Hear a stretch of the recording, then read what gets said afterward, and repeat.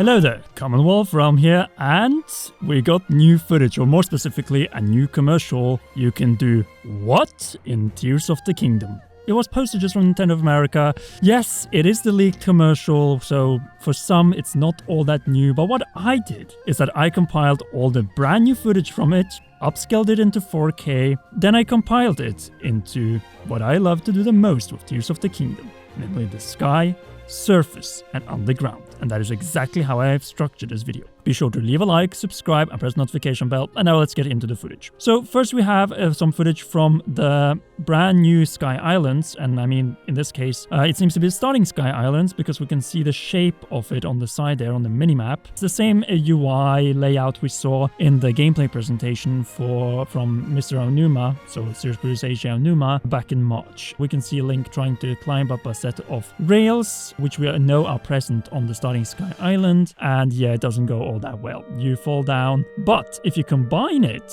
and take two minecarts, fuse them together, and probably attach something at the end, you're able to stabilize the weight, and this way solve this little environmental puzzle, which just shows the depth and incredible possibilities that you can do in this game in all three layers, as we will soon get through in this video. So yeah, it's a very cool example. We also see the battery sign, so we can see that probably a fan is attached to the second minecart at the end, but you needed both of them so that the one could take the weight of the other and bring you all the way up to that next Sky Island or section of the Sky Islands. That was unfortunately the only footage we had of the Sky Islands. They're of course trying to hide away a lot. See, maybe we'll see something more later this week. That is the big question. But then again, we got 10 minutes back in March, so it's fine. So we made our way down from the sky to the surface, skydiving of course, towards Hyrule Castle, where we can see a lot of the malice and how elevated it is as well, based on the coordinates. And we see a new icon as well. It seems to be that tower we saw in that new footage from the Japanese commercial, right next to the ruins of Hyrule Castle Town, because it seems that Link is actually skydiving above the ruins of Hyrule Castle Town. The camera doesn't pan down, but as we can see from the map, he's actually above the outer ring of the ruins of Hyrule Castle Town, where we know we'll be able to do some sort of settlement building. We don't know exactly what it's going to be, and I don't want that to be spoiled before we play the game. But yeah, we see Link first skydiving, then paragliding towards Hyrule Castle, with a lot of malice. So Ganondorf is probably in the castle or underneath the castle, and I still think he is dehydrated, by the way, because this is in the present. So let's move on to the next footage, which is the vehicle building. On the top right in this footage, we can see that little building station that we have also been teased through from the gameplay presentation back in March, the final trailer, and some of the new footage as well. And we can see how you can take a plank and combine it with 4 fans, a steering wheel, and 2 batteries, as we will soon get back to, and use that to take off to the sky, you know, from the surface. So as we see, the adhesive attaches very well. We can see that the battery drains. They are batteries or extra fuel, so that we don't use the battery that Link probably has on his new item, replacing the Sheikah Slate. Well, at least replacing the old one, because he also has a different Sheikah Slate,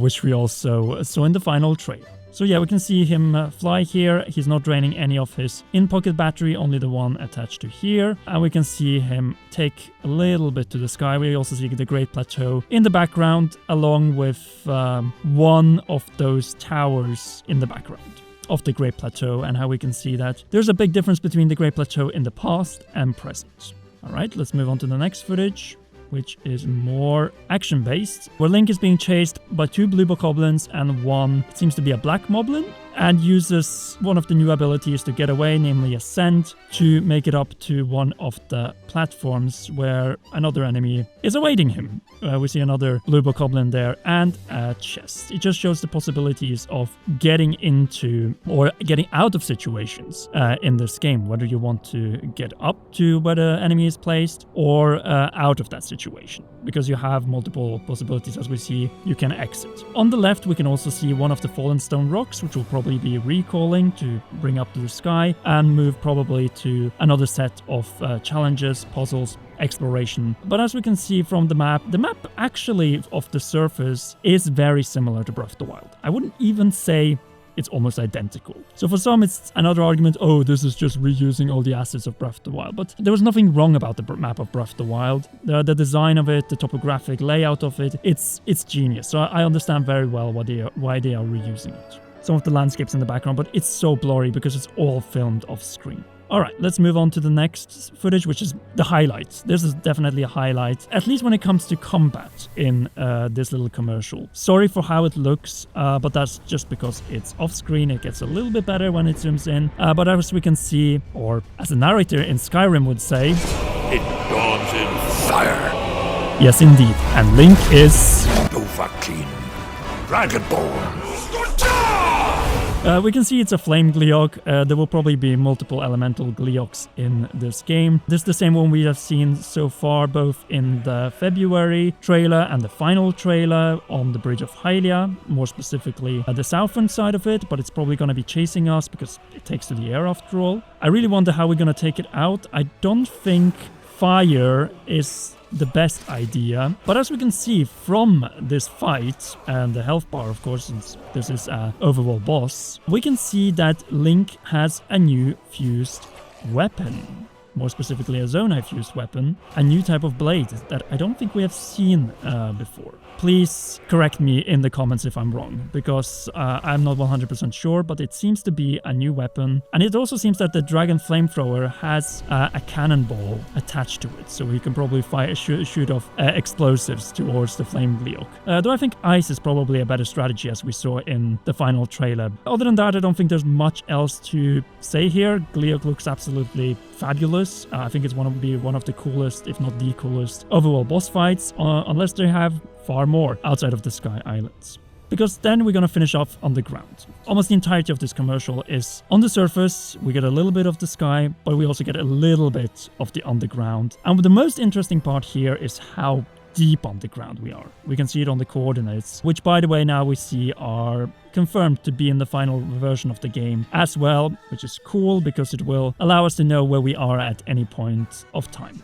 So what do we see Link has attached to his bow here? It seems to be some sort of light. It seems to be a flower that lights up, so you just fuse it to your arrow, which Link probably just did before we see the sequence, and fires it off and lights up the area surrounding him. There we also see one of those tree roots with that weird orange glow that we saw back in February, but also with the minecart fight scene underground in the final trailer of the Death Mountain section back earlier this month. It just fascinates me how much depth, the possibilities, the imagination and combinations that you can complete and add to. Like, this game is yours in the making, and that was something that was used in the marketing back in February, and now we see why. By the way, on the map we see also a different type of icon. This could actually be those elevators that take Link underground, though it could also be a malice hole. It depends on how you get into this area, because it looks also very similar color-wise to the area where we'll be fighting that Zonai Golem Godan-like enemy.